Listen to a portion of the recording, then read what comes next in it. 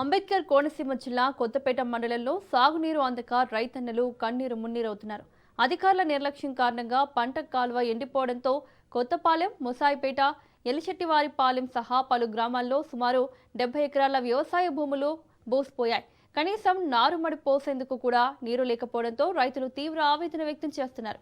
అధికారుల చుట్టూ తిరిగినా ఫలితం లేకపోవడంతో విసిగిపోయిన రైతులు పురుగుల మందు డబ్బాలు పట్టుకుని మాకు మరణమే శరణమా అంటూ పంట పొలాల్లోనే నిరసనకు దిగారు.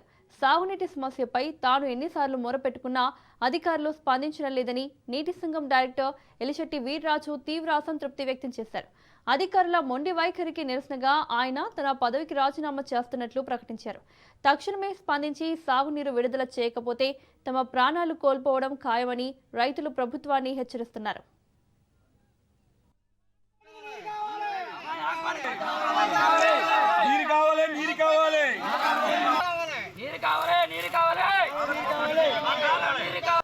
ఈ నాయకుల వల్ల ఈ రైతు చచ్చిపోతే కారణం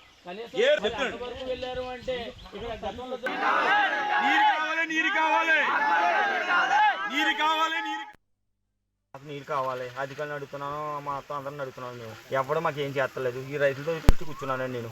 అలాగని మాకు అయితే ఆకుముళ్ళు కూడా రాలేదని పుస్తకానికి అందరూ బయట కూడా ఊడ్చేసుకున్నారు. మాకు ఆకుముడి వేసుకుంటా కూడా నీళ్ళు లేదు. ఆకుముడి వేసుకోవాలి, ఊడ్చుకోవాలంటే మాకు నీళ్ళు కావాలండి. నీళ్ళు లేదు మాకు. ఇంక నీళ్ళు తాగితే మాకు అవసరం లేదండి. నాకు డైరెక్టర్ అండి ఇక్కడ నీళ్ళు కావాలి కానీ మాకు అవసరం లేదు. నేను రాజీనామా చేసేస్తాను.